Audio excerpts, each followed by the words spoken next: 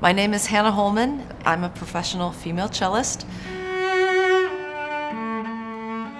I wanted to introduce you to some lady cellists that I feel are a very important part of our history.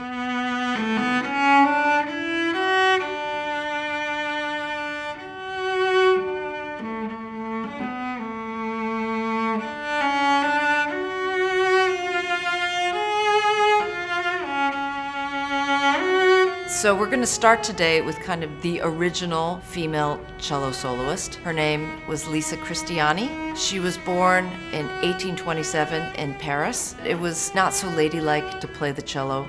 One of the ways they might have held the cello was sideways, like this.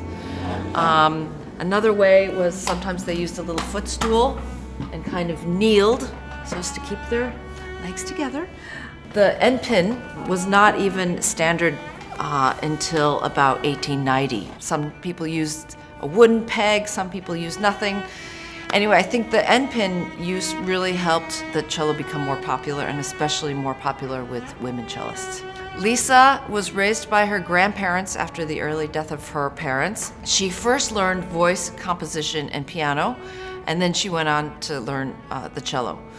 In 1844, at the age of 17, she started concertizing. Other women musicians that might have been living and working around this time. First of all, there was Fanny Mendelssohn. You might have heard of her brother Felix. She was born in 1805 and died in 1847 in Berlin. She was a pianist and composer. Also, there was Clara Schumann. She was an amazing pianist and composer as well. And with both of these ladies, I think one of the reasons people have heard of them is with Clara, she was married to Robert, and Fanny, her brother was Felix.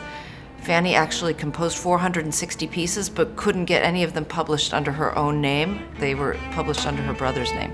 In 1845, Lisa was on a big concert tour to cities that included Vienna and Leipzig. It was in Leipzig where she met and performed with Felix Mendelssohn. After Mendelssohn heard her, he dedicated his Opus 109 Song Without Words to her. You can see this dedication, and what's interesting to me is that I've always played this piece and I saw the dedication and it really didn't mean anything to me. And only now I'm realizing who she was and the significance that he wrote something for a woman cellist in 1845. That kind of blows my mind. It wouldn't be for a very, very long time until another composer wrote anything for a woman cellist.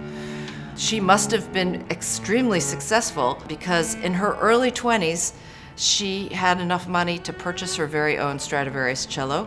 It was the 1700 Strad.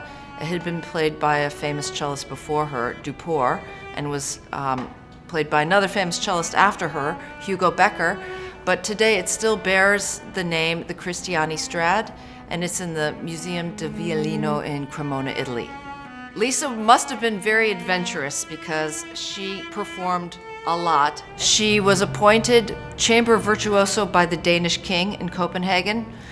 She kept heading further and further east, going to Russia, and eventually to Siberia. She liked to say, supposedly, that she performed in such remote places that no artist had ever been to before. Unfortunately, she fell ill in 1853 while she was on tour in Siberia. She got cholera and she died a few days later. She was only 26. We have to remember the great Lisa Cristiani. She was the first woman cellist who dared to perform as a professional cellist. We must thank her and remember her groundbreaking and all too short life.